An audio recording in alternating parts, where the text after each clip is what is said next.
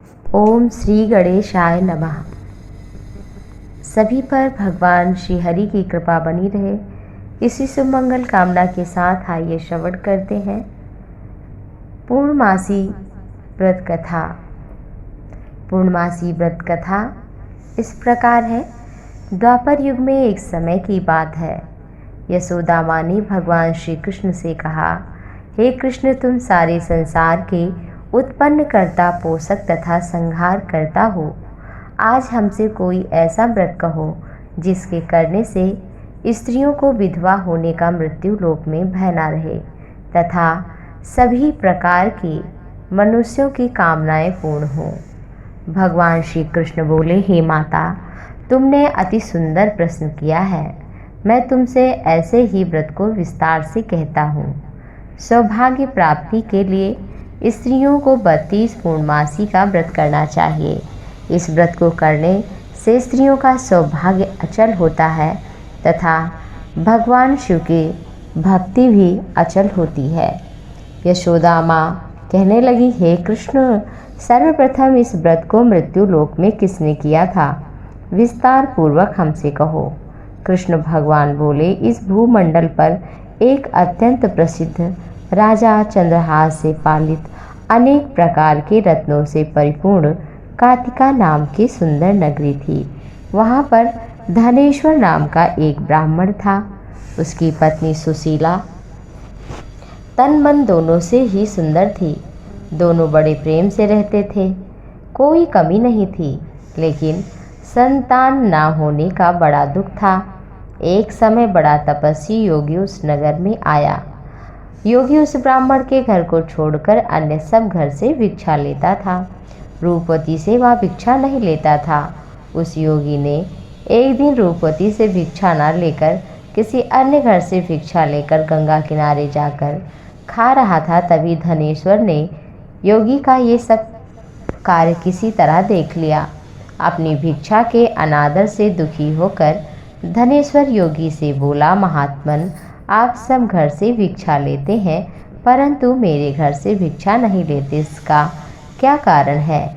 योगी ने कहा, निसंतान के घर की भीख पतित के अन्न के तुल्य होती है। पतितों का जो अन्न खाता है वह भी पतित हो जाता है। तुम निसंतान हो, इसलिए मैं तुम्हारे घर से भिक्षा नहीं लेता हूँ।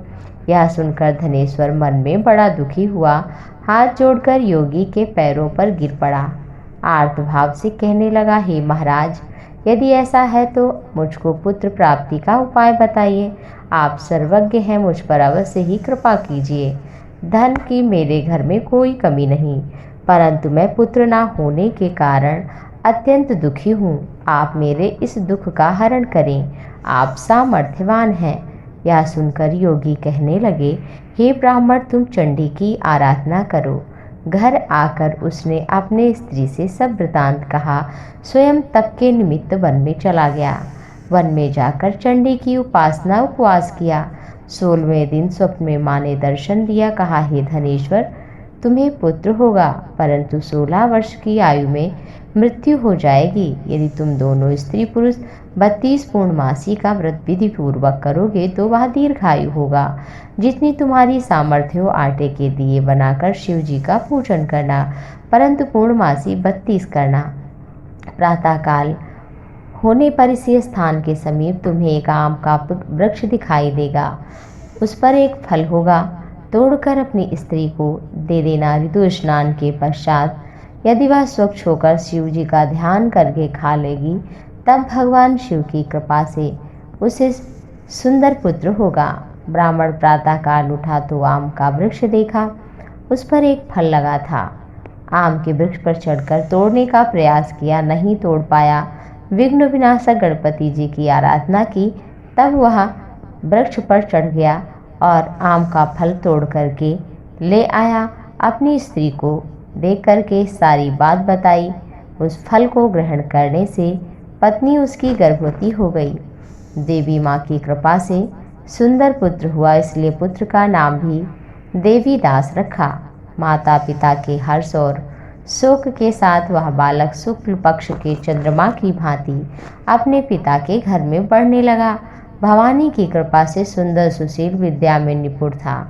माँ दुर्गा की जी की आज्ञा अनुसार उसकी माँ ने 32 पूर्णमासी व्रत रखना प्रारंभ किया, जिससे उसका पुत्र अधिक आयु वाला हो। 16वां वर्ष लगते ही देवीदास के माता पिता को बड़ी चिंता हो गई, कहीं उनके पुत्र की मृत्यु न हो जाए। इसलिए विचार किया कि ये दुर्घटना हम कैसे सहन करेंगे। फिर देवीदास के मामा यानी अपने भाई को बुलाकर कहा, हमारी इच्छा है कि देवीदास 1 वर्ष तक काशी में विद्या अध्ययन करे। उसे अकेला नहीं छोड़ना चाहिए, इसलिए साथ में तुम चले जाओ। 1 वर्ष के पश्चात इसको लौटा लाना। सब प्रबंध करके माता पिता ने काशी जाने के लिए देवीदास को एक घोड़े पर बैठा कर उसके मामा को उसके साथ कर दिया, किंतु यह बात उसके मामा या किसी और से नहीं कही।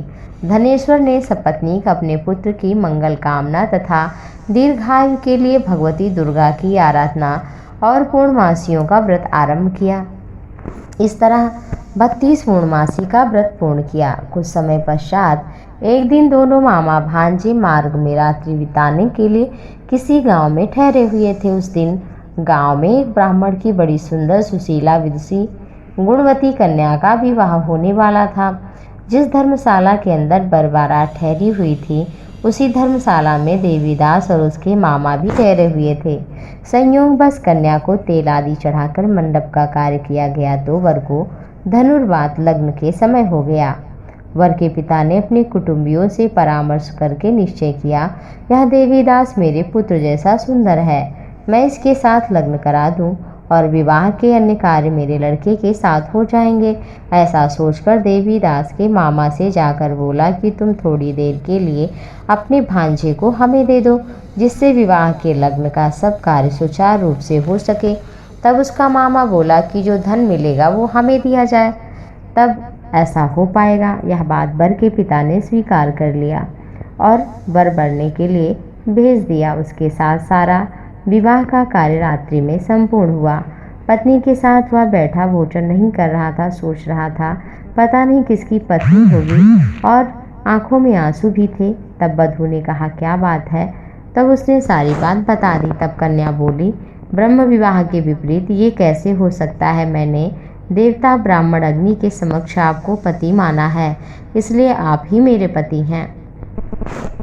तब देवीदास ने कहा, ऐसा ना करो, मेरी आयु बहुत कम है। कहा, जो आपका होगा वही मेरा।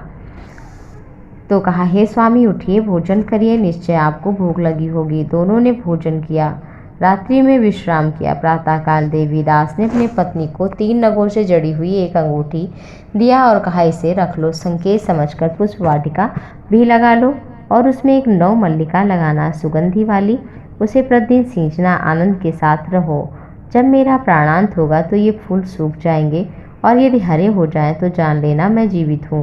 ऐसा कहकर प्रातःकाल वो चला गया और गाजे बाजे इधर बजने लगे। विवाह के कार्य समाप्त करने के लिए वर बाराती मंडप में आए तो कन्या ने वर को भली प्रकार से देखकर, ये मेरा पति नहीं है, इसके साथ मेरा विवाह नहीं है हुआ है। यदि यह वही है तो बताए, इसने क्या दिया है तथा आभूषण क्या दिए हैं और इसने मुझे क्या कहा है, वो सब बात बताए। पिता ने उसके कथनानुसार कहा तो कुछ बता नहीं पाया, जिससे लज्जित होकर बारात लौट गई। कृष्ण बोले, हे माँ, इस प्रकार देवीदास काशी में चला गया। जब कुछ समय बीत गया तो काल की प्रेरणा से एक सर्प रात्रि के समय आया। विषधर के प्रभाव से उसके सैन के चारों ओर विष की ज्वाला से विषैला हुआ, परंतु व्रतराज के प्रभाव से उसको काटने ना पाया, क्योंकि पहले उसकी माता ने 32 पूर्णमासी का व्रत कर लिया था। इसके बाद मध्याह्न के समय स्वयं काल वहां पर आया और उसके शरीर से उसके प्राणों को निकालने का प्रयास करने लगा। पृथ्वी पर गिर पड़ा। भगवान की कृपा से उसी समय पार्वती जी के साथ शिव जी वहां पर आए। उसको मूर्छित दशा में देखकर पार्वती जी ने भगवान शंकर से प्रार्थना की कि हे महाराज, इस बालक की माता ने पहले 32 पूर्णमासी व्रत का किया था, जिसके प्रभाव से भगवान इसे प्राण दान दें। भगवान शिव ने प्राण दान दिया, जिससे वह स्वस्थ होकर बैठ गया। उधर उसकी पत्नी काल की प्रतीक्षा करती रही और पुष्प वाटिका में जब देखा कुछ नहीं है तो बड़ी आश्चर्यजनक घटना देखी। जैसे हरी भरी हुई तो जान गई जीवित है। पिता से कहा आपने कि पिताजी, मेरे पति जीवित हैं, उन्हें ढूंढिए। जब 16वां वर्ष व्यतीत हो गया तो देवीदास भी अपने मामा के साथ काशी से चल पड़ा। इधर उसे ससुर ढूंढने के लिए जाने ही वाले थे कि दोनों मामा भांजे आ गए। देखकर प्रसन्नता हुई। नगरवासियों ने कहा यह तो वही है, और फिर सभी नगरवासियों ने आनंद बनाया। कुछ दिन बाद देवीदास पत्नी मामा के साथ रह करके फिर अपने घर ससुर से बहुत सामान पा करके अपने घर को चल पड़ा, और जब पहुंचने वाले थे तो कुछ लोगों को भेज करके समाचार देने की बात कही, तो उन्हें आश्चर्य बहुत हुआ। लेकिन थोड़ी देर में जब देखा कि पुत्र और पुत्रवधू भाई सभी आ गए हैं तो बड़े प्रसन्न हुए। नेत्रों से प्रसन्नता के आंसू बहने लगे, और इसके कारण बहुत से ब्राह्मणों को बहुत सा दान दक्षिणा देकर प्रसन्न किया। श्री कृष्ण भगवान बोले कि इस प्रकार धनेश्वर 32 पूर्णमासी के व्रत के प्रभाव से पुत्रवान हुआ। इस व्रत को जो भी नारियां करती हैं वो जन्म जन्मांतर में वैधव्य का दुख नहीं भोगती, यह हमारा वचन है।